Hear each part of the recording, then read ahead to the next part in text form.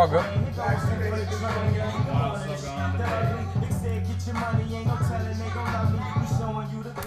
Gotta get some Windex on this table too. Sheesh. Like a bunch of little kids were playing tag fingers on this table.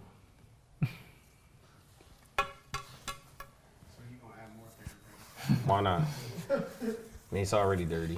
Max paper not going to do anything big. I don't know what Max is doing with a piece of paper. My side's gonna look better than yours. I mean, I could have spilled a little water on it and mushed it around. Probably would have got a fingerprint off of it. Go for it. It's your water. Thank you. I don't care.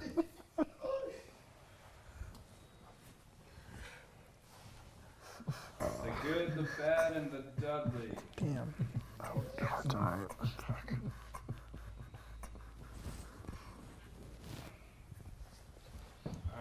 Zach, you good? Yeah. Let's do it. Dudley, when your money gets funny and the days ain't sunny, we showing you the good, the bad. Welcome into another episode of Trust the Process Live. This week, the Sixers battled back to take a 3-1 lead in their series. But to start off, the NFL Draft is coming up on Thursday. E.T., who's going to be taken with the first overall pick? Listen, if there's any answer other than Kyler Murray, I don't know what people have been watching. Forever, coaches have always been tied to their quarterbacks. You think, Reed was tied to McNabb, Peterson to Wentz. I mean, you can go up and down the list. Most coaches want to get their guy in that they trust. Cliff Kingsbury was brought in as an offensive mind. It's not the first time that a team has taken a quarterback number one and then the next year drafted another guy because they didn't like who they had. Could it be a situation where, Rosen could have been the guy? Sure. But when I look at this draft class, Cliff Kingsbury came in to run an air raid type offense, and he needs a certain style quarterback. There are 6 teams off the top of my head that I know for a fact would take Josh Rosen and give up a first-round pick for him because if he were in this year's draft, he'd be a first-round pick. So they're not losing anything. That first year is a wash year. He's still 22 years old. He's got nothing but upside, and if he's coached right, could be great. I think that, listen, quarterback is the most important spot on the team. You've seen under 6-foot quarterbacks have success. Breeze, Russell Wilson. I mean, you can go down the list. Even Baker Mayfield, who's barely 6 feet, have had success at the NFL level. So the height thing isn't an issue. It's just whether or not the kid can play. Everybody says he hits all the tick marks and he can play. Okay, that's fair, but you got to remember, Cliff Kingsbury isn't the one making the final decision on draft day. He's going to have a lot of input, but is your owner going to want to draft a quarterback again and have to deal with, having no leverage and trying to move Josh Rosen to somewhere else? Rosen before. The guy who was the number one draft prospect all last college football season until he got hurt was one Nick Bosa. That's fair. And the Cardinals stink everywhere, so you know what? It doesn't matter who your quarterback is. You're going to get the guy who's probably, just as good as his brother, who's a generational pass rushing talent, I should say. He's not that good of a thrower, probably.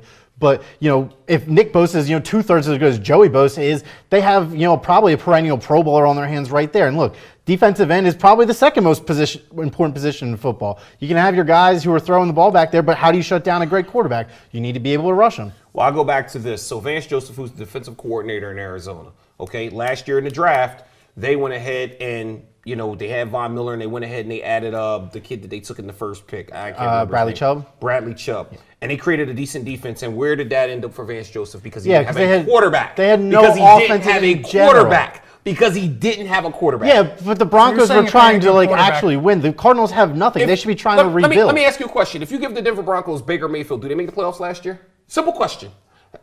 Not even say Baker Mayfield. Let's say Sam Darnold. Do they make the playoffs last year? Okay, well, I was only paused on Baker. I was going to say, does he have the same timeline where he doesn't play until the 4th game? Because that could be a big break. So that's a very difficult probably not division. Because they're in a hard. You're not winning the division. Exactly. Philip Lindsay came out of nowhere. Nobody expected him to be anything. He was undrafted for crying out loud. And they had to run so much because they had no quarterback. Correct. But realistically, no matter who their quarterback was last year, they were never going to be better than the 3rd best team in that division. The Raiders were the 3rd worst team in the league last year. They were always going to be better than them. The Chiefs were AFC finalists, and the Chargers won 11 games. So Broncos were not going to be better than either one of those two teams. I think the Broncos dropped enough games along the way because they didn't have solid quarterback play that they could have made the playoffs. Well, here, let me ask you guys this. So you think Bosa should be the number one? I think he will be you and think should be. Murray should be number one. In 5 years, when we look ahead, who are we going to look back and say will be the best player? I mean, do you guys think that they're actually going to be the best players? I truly think that Nick Bosa is going to be the best player that comes out of this draft. It's super defensive heavy. The guy was an absolute animal in college. He was consensus #1 player. You know, quarterbacks always get the attention and the draw because they are the franchise position.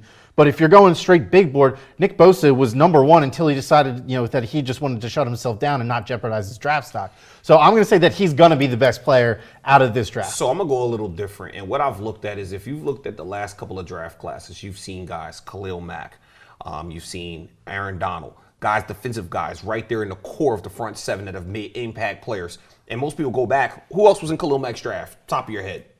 Who else was in Aaron Donald's draft? Top of your head. And the point I'm making is those guys are still the best players in that draft class.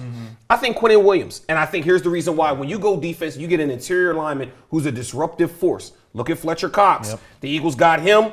And what has he been to the franchise? You see what I'm saying? Yeah, so I think you get a guy like Quinnen Williams, you put him in the right environment where he's allowed to be the stud that he is. And according to how he's been measured, they've put him right up there next to a guy like an Aaron Donald or Fletcher Cox. He's going to go high as well, and he's going to be a beast. He's going to be a beast. Yeah, I agree. Quinnen Williams, I think, will end up being the best. A lot of scouts agree with you. But in terms of the Eagles, who will the Eagles select with their first draft pick? I am going to say that this is the year that the Eagles finally take a running back early.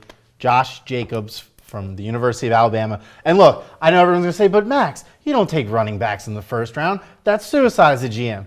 Look at the Eagles roster. How many holes do they really have? We could use a linebacker. I'll give you that. How many holes? What, When you start counting? Yeah, let's go. Let's go. So, offensive line, hole. Defensive line, hole. Who plays behind Jason Peters? Defensive line's not a whole lot. Defensive line, they definitely need more. Maybe They definitely need more depth, rotational but- I mean, yeah, guys. So everybody that's my needs point. more depth and rotation guys. I'm And saying, who what is are their- the what are who's the their big, sorry, linebacker? what are the biggest weaknesses on the roster? Linebacker and running back. All the good linebackers are going to be gone before then. Josh Jacobs only had 299 touches in 3 years. That's not even 100 touches a year. That guy has plenty left in the I'm going tank. to ask you one question only. What college did he play at? University of Alabama. And minus Mark Ingram, name me the last Alabama running back that was great in the NFL. But this time they had a running back by committee. They had multiple good running backs. and he ran like a 4.640. He's not even fast. Alvin At his Kamara pro day, he technically ran. was at Alabama. At his pro day, he Stop ran. it. He had his pro day. He ran way faster. I looked at it because I did see that. I'm like, he's way faster than this. He ran like a 4.5 something in his pro day, which isn't great. I will say that Montez Sweat is another guy that like I see like in Montez some Sweat. in some mock He drafts. won't make it I don't to think us, he's going to no. slip, but like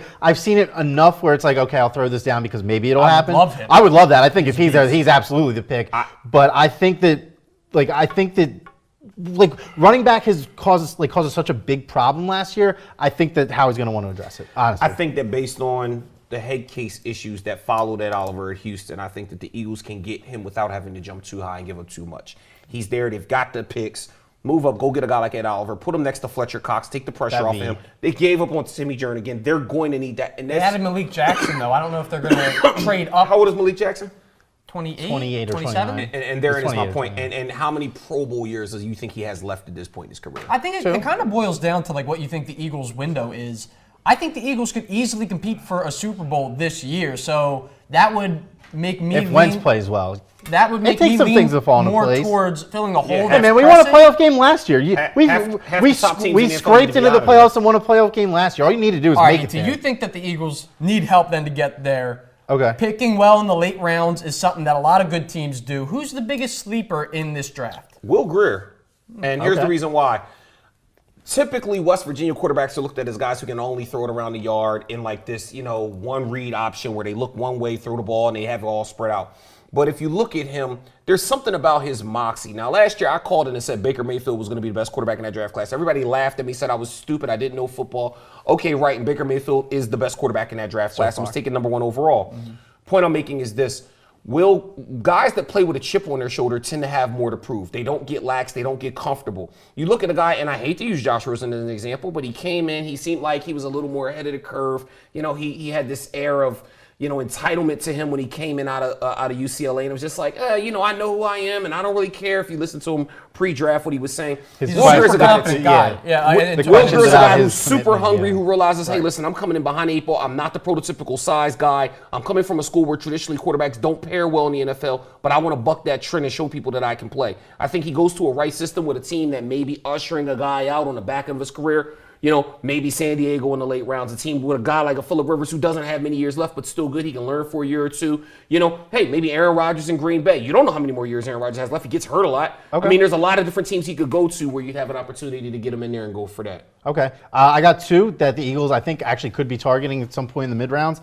First one is a defensive tackle from University of Cincinnati, Cortez Broughton. So he was a junior. He played defense. He was 290 pounds, played defensive end his first 2 years for whatever reason. He moved inside this past year, 8 sacks, 19 tackles for losses, like clear improvement in his play. And another guy, I'm probably going to mess up his name, Chuma Edoga, Yes. Edoga, offensive tackle from USC. A little small in terms of like muscle and build, but nice feet, quick laterally, like is well suited for a passing NFL. And I think if he just beefs up a little bit, he could be a good. Outside of Winston Justice, I think most tackles from SC play well at the NFL Yeah, level. I would agree. Justice Winston Justice is just terrible. stands out. Yeah. So, real quick, my two diamonds in the rough, Rock Yassin and Raquel Armstead, diamonds in the rough.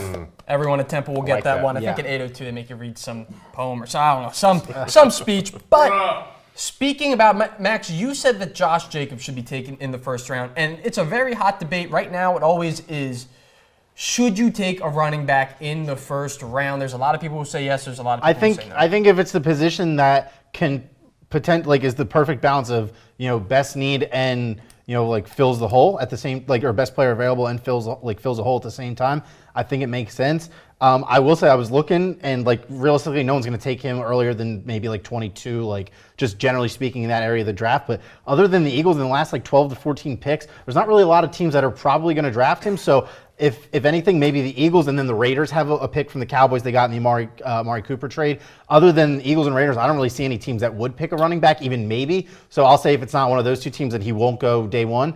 But I think that given his production in college, and yeah, I know Alabama running backs have the curse on them, I think his production in college and lack of heavy usage warrants. He's a perfect fit for the Eagles. He was never the lead guy. They could kind of ease him into that role. There's not going to be any lead guy this year again. That's kind of why I like him so much. But I think he deserves it. But I don't know if it'll happen. So we made the argument that drafting Debbie should be drafting a guy who can come in and play, but here we are saying Josh Jacobs is coming and going to be a rotational guy with the first pick. They need to get a guy that's going to come in and be a staple. Peters is on his last leg, maybe. He might not even finish the season. You need an offensive tackle, but that's We're going to see load management for the first time in the NFL. Oh, I'm sure.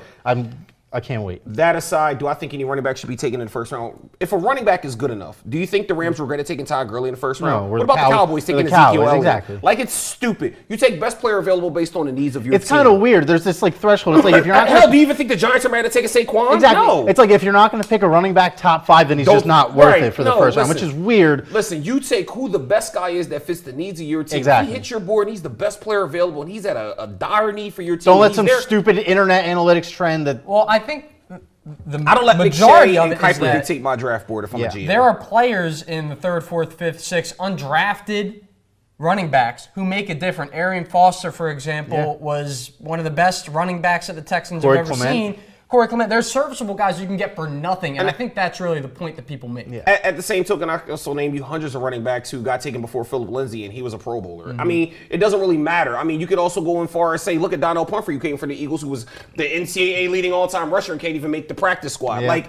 There's a way you can work around it and make arguments on both sides. The point I'm making is it doesn't really matter. It's all about your scouting department being on top of their stuff and being able to identify talent. All right, make sure that you share the show. Don't forget, we have NBA playoff talk coming up in the second half. But the last question for the main event, who upped their draft stock the most at the Combine? I got a quick hat trick. DK Metcalf. Yep. DK Metcalf, obviously number 1 in a way, the internet darling after the Combine. Greedy Williams, cornerback, LSU. Noah Fant, tight end from University of Iowa. Went from mid to late second round, and now people are putting him bottom first, and he could be a Patriot. As much as I hate to say it. So I agree 100%. DK is obviously the biggest one that stands out because his combine, his 40 speed, all that stuff stood out, measurables, how big he was. Guys should be playing tight end. He's in a wide receiver body. Production matters though. But I agree with everybody that you said. Greedy Williams was the next one that came to my mind. I don't disagree with you. He was the biggest winner. He might have went from a late first round pick to a top 10 to a top 8. Top team. Yeah. It all depends on the need and where teams exactly. draft. But he made himself a few $1 million just from his combine. I think, and that's why they go and pay those guys at those combine prep facilities all that money. Get me ready. Make me faster. Make me more agile. Well, before we slide into some NBA rapid fire action, here's a word from today's sponsor, Indigo Bikes.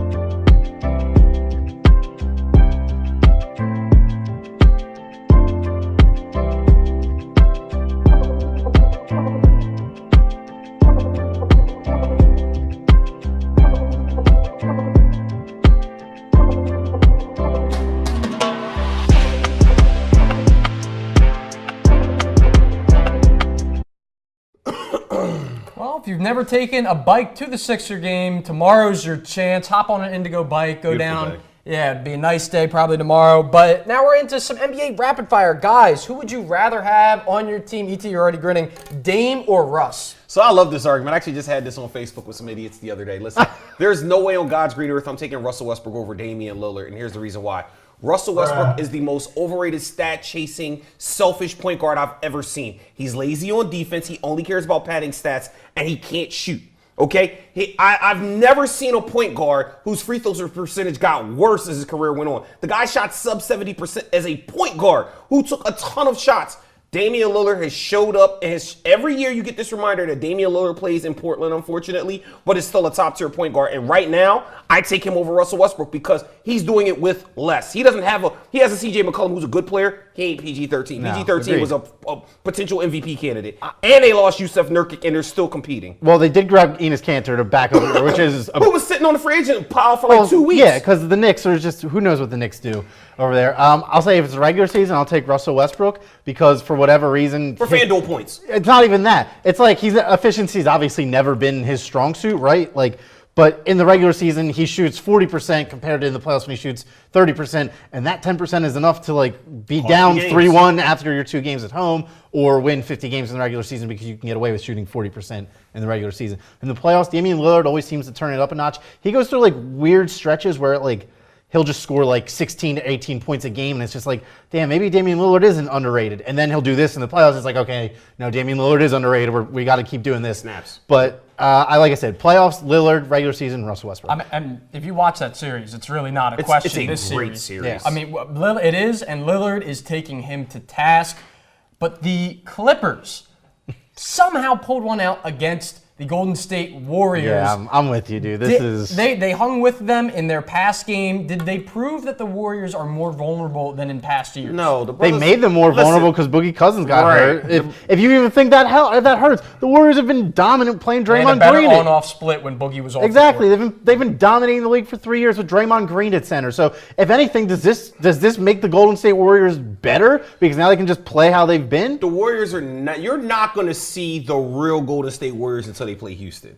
Right now, I'm playing practice with my little brother in the backyard. Yeah, I'm gonna let him score a touchdown every once in a while so he feels good about himself. You know, it's all about positive reinforcement. But when I gotta play the kid down the street who's the same size as me and we're both going out for the same position, that's when I'm gonna show up. That's who Houston is. Everybody who has picked against the Warriors says that next round is the round that they lose. And that's gonna be the round where you're gonna see them come out and play. We'll see. You'll see. They'll probably beat them, honestly. I will say that maybe the one thing that the Clippers show, if this isn't a strength of the Rockets, is that 2 players that have been playing amazing this whole series, Lou Will and Montrezl Harris. Both of them are coming off the bench, though. Bench depth. Exactly, and Houston doesn't have that. Has no bench. So maybe if Golden State runs into someone in the title or in the Western Conference Finals who is bench depth, which isn't going to happen. You guys aren't giving Houston a chance? This team owns Golden State over the past I'll give them a couple chance. years. In the playoffs? Not in the playoffs. Oh, okay, all right. I mean, That's all I care they about. won more games against Golden State Listen, than anyone When else they're did healthy, last they year. do. When they're healthy, Listen, they sure do. the Atlanta Hawks a couple years ago were a 1 seed in the East and had swept LeBron's team and then got in the playoffs and got smashed. It didn't matter. Yeah. Because regular season doesn't mean anything. In the playoffs. Last year, the Rockets and the Warriors have more or less the same nucleus now, not since Cousins is Only out. difference is that.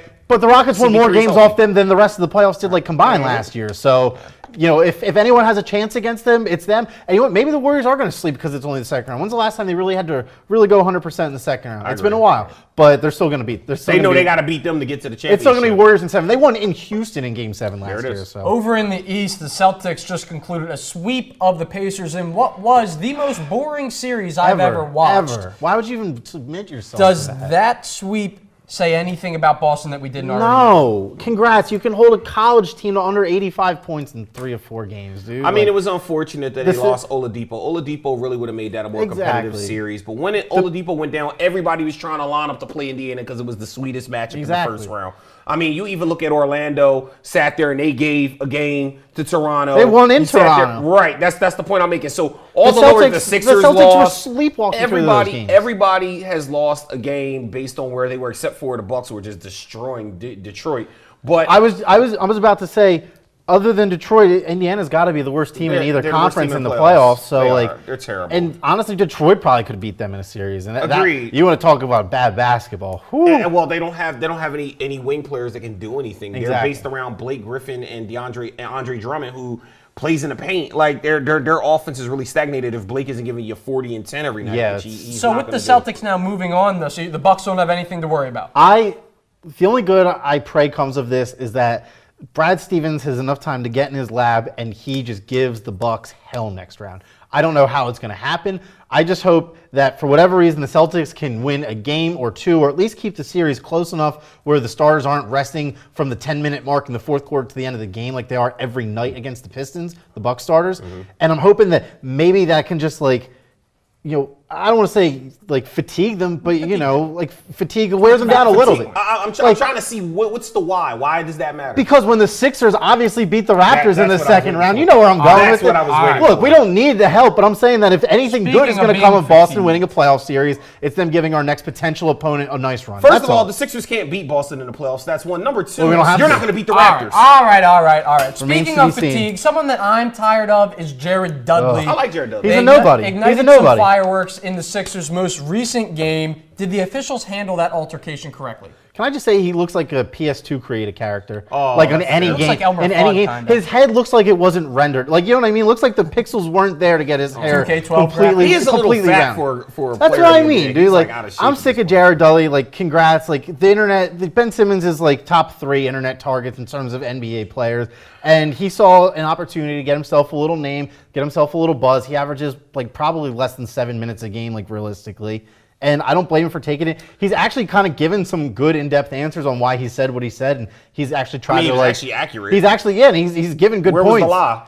I Ben mean, Simmons can't he's shoot at half court. exaggerating it to make a point to an extent, but he has valid points in general. But I will say, like, he's obviously just grasping for attention here. Like, his day has been gone. Like, when's the last time Jared Dudley was relevant? All of that's fair, and that's fine. If you recall, way back when John Chaney used to have a goon squad, what the goon squad would do would be these guys who get like 5 minutes a game, they coming off the bench and just foul people and get technicals. That was the game. The whole game was to break up the momentum of the game. Yeah. That's what Jared Dudley's doing. He's a non-factor in the offense of the Brooklyn Nets. They give him 5 to 7 minutes to get under Ben Simmons' skin to take him out of his game. And then I completely backfired. applaud Kenny Atkinson for being broad enough to think about it because listen, I like Kenny Atkinson. He's a good in the coach. fight, you figure for what it is that it's worth, Jared Dudley comes out of the game, right? But who did the Sixers lose? Jimmy Butler. Yeah. So did the officials handle it correctly? Yeah, they suspended who they were supposed to because Jimmy can't come up and then shove a guy. Like, nobody does that. Exactly. They handled it correctly, but the point I'm making is Jared Dudley only did what he was brought in to do. What it is you take one of the stars away and you give them a fighting chance to win the game. They were in the game. They had a chance to win. All I'm going to say to close out our talk about the Sixers Nets is that it's stupid and obviously backfired pretty hard. The Simmons missing posters that were posted before Game 3. You don't do that after the guy triple doubles on you. I get where you're coming from, but that's just like not ideal. You know what I mean? Obviously, the whole Nets trying to fluster Ben Simmons hasn't worked. don't have anybody that can guard him. Exactly. And at this point, it's like, thanks for a good storyline. But Kawhi will guard him though. yeah, absolutely. Okay. All right. Shout out to the NBA referees for missing a two-hand D'Angelo Russell shove to the referee right in the back. Thank you for missing that one. All fair. But now we move on to upon further review. Sean, what do the folks have for us in Facebook land? Thanks, Jake. On our social media this week on Instagram, we have a question on who the Eagles should be targeting in the draft, specifically at the running back position. We got a couple options here for you. Josh Jacobs, who Max mentioned earlier, Miles Sanders, Damian Harris, or Benny Snell. Which one of those guys would best fill the Eagles' need at running back? I'll let you go first. So I know a lot of people are really high on Josh Jacobs, but listen, if you sat there and watched that bowl game and watched Benny Snell snap and go off, if that didn't inspire you to say, you know what, this guy needs to play for the Eagles because he's just the guy who does everything, and you know he's going to be there in the second round, that's a guy who you can get without giving up a first-round pick, address some need or depth, and then get Benny Snell in the second round who's going to give you a quality guy who can produce at the next level. If I'm endorsing a third candidate, because I think Snell's the second best option out of the 4 listed, I guess Miles Sanders. He has had a good run up to the draft, good combine, good pro day, good runner, like good natural runner. I don't think he's much of a pass catcher from what I understand. But if you need a pure runner, I think that he might be worth taking a flyer on maybe mid round. Just for Benny Snell, I'm a huge fan. Benny Snell, people look at his 4.62. Kareem Hunt also ran a 4.6. It doesn't matter. Sean, anything else? We do have one more from viewer Taya Moore. She asks whether McNabb was justified in his comments about trading Wentz. Was he either bitter Was he on to something? Yo, McNabb reminds me of Both? He reminds me of the bitter ex that just can't let it go. He never Listen, stops, he can't, bro. Listen, He never the fans stops. booed you. You had a decent career. You never won a Super Bowl. Get over it. Like, I understand that a lot of it is to keep his name in the lights. But as I heard somebody say earlier, he, of all people, as much as the city showed him love, especially when he came back, I've always loved you. He should be an ambassador of the city. He should be coming and trying to coach up and talk to how to do things And better that's another versus tearing thing. them It's down like, every chance he gets. It's like he's bitter over the Eagle. Like it's Eagles didn't do it? he's literally I'll still defend mad. Donovan a little bit. He is Please, now a do your media best. personality. I think on either Fox or CBS. I'm not exactly sure where he's a media I thought he was personality. NFL Network, but he got fired in that whole And sexual assault he's scandal paid to thing. give his opinion. Also, if you That's read what right. he said, if the Eagles don't make an NFC championship in 3 years, guess what? People are going to be saying Carson Wentz should be out of here regardless of what Donovan said. It depends on why. Is it because Wentz is hurt, or is it because other factors Exactly. factor in? You can't just say it. And if you say it's because Wentz is hurt all 3 years, then yeah, that's fair. Are we the next Green Bay Packers where our quarterback has to drag us to the playoffs and everyone else Correct. lets them down? Remains to be seen. It doesn't. We have much more of a complete roster than Green Bay probably ever has, except maybe their Super Bowl year, like going into this year. The tools are all there. He has a point that if we have no success and it's directly or indirectly related to Carson Wentz's health and/or performance, then yeah, I mean, if the dude's still getting hurt every year in the next, this year and then following 2 years, then yeah, you're gonna have to look at other options. At that point, he might not have trade value, but you have to look at other options. All right, well, that's all we have. Thank you for all your questions, Ty and Ward. Thank you, but we're right into tap outs. ET, you want to start? So right now we're in what I call the apex of the sports season. So we had Tiger Woods winning another title a couple of weeks back, and we weren't here for that to talk about it. That was something that was really great to me. That was awesome. We have NBA playoffs in full swing. We've got the NFL draft upon us. And right now, the big thing for us movie buffs, is Endgame comes out Friday. Game of Thrones is back. I mean, listen, this is the time of year. The weather's finally breaking. Everything is kind of lining up perfectly right now for what is going to be. And I want to talk about Endgame. I'm excited about it. I've been waiting literally for it. And I think, to conclude the Marvel Comics, series, it's a great way to do it. I've gotten some spoilers up ahead, not too many, but enough to kind of have an idea how it's going to go. And I'm excited to watch the movie. If you haven't seen it, get in front of it. I know they're running some sort of marathon, super marathon, where you can go and sit at the movie theater for like 15 hours up until then. It's like 50 and see hours. like all of the movies or whatever it is. Like, I'm not doing all that. I got things to do besides sit in the movie theater for 2 days. But, whatever to each his own, hey, if you got that kind of time, go for it. Why not? It's going to be a great movie. That's my tap out, man. Get there. Go see Endgame. Okay. I'm going to shamelessly plug myself without sounding too arrogant. I've been on fire the last couple of weeks with NBA picks. I've been tweeting them out here and there. And you know what? If you like making money like I do, I'm just going to drop my Twitter, @Maxadelphia. Real simple. MAXA Delphia. You like making money, you like gambling, you like sports, come follow me, and I'll show you the way. Are you doing any guarantees on your covers? You got to follow me to find out. There you go. That's the premium. I will also give a shameless plug. If you like what I do here, you like me talking sports, I now have a podcast with my man Bluebird, James Jackson, who works here at My New Philly. You can find us, The Straight Facts Podcast, on Spotify, Apple Music, and YouTube. But that's all that we have here for you today. Thank you for tuning in to Trust the Process Live. Shout out to on Good Live Beard New Day. Philly, where something's always new. Everything's always Philly. And the Sixers aren't beating the Raptors next round. Don't listen to this guy. Cocaine is He a doesn't drug. know what he's talking about. Okay.